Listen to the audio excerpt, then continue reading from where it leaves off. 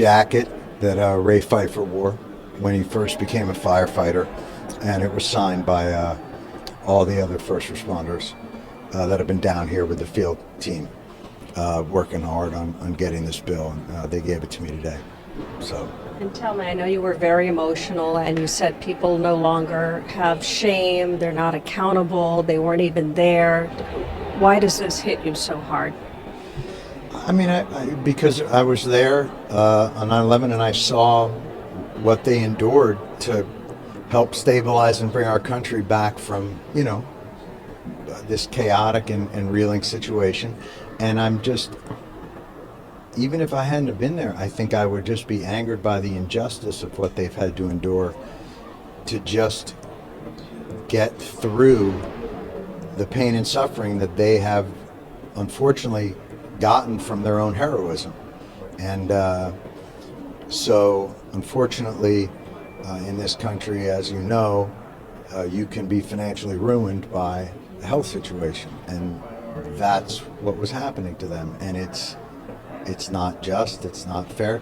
And I do feel to some extent that, these are the most honored and venerated amongst us.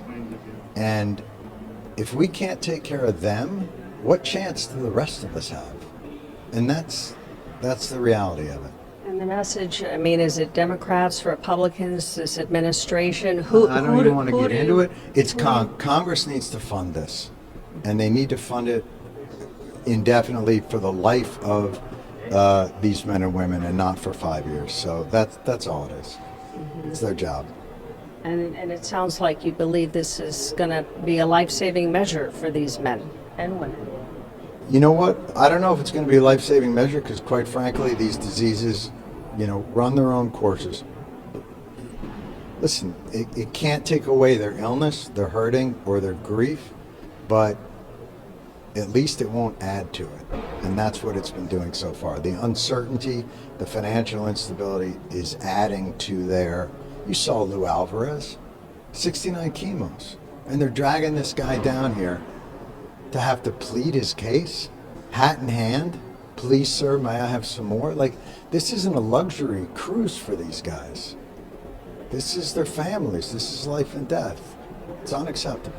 Is there anyone you heard from today that had some explanation or answers, gave you some sense of hope that these guys will be taken care of? We've all been through this too many times to not be skeptical.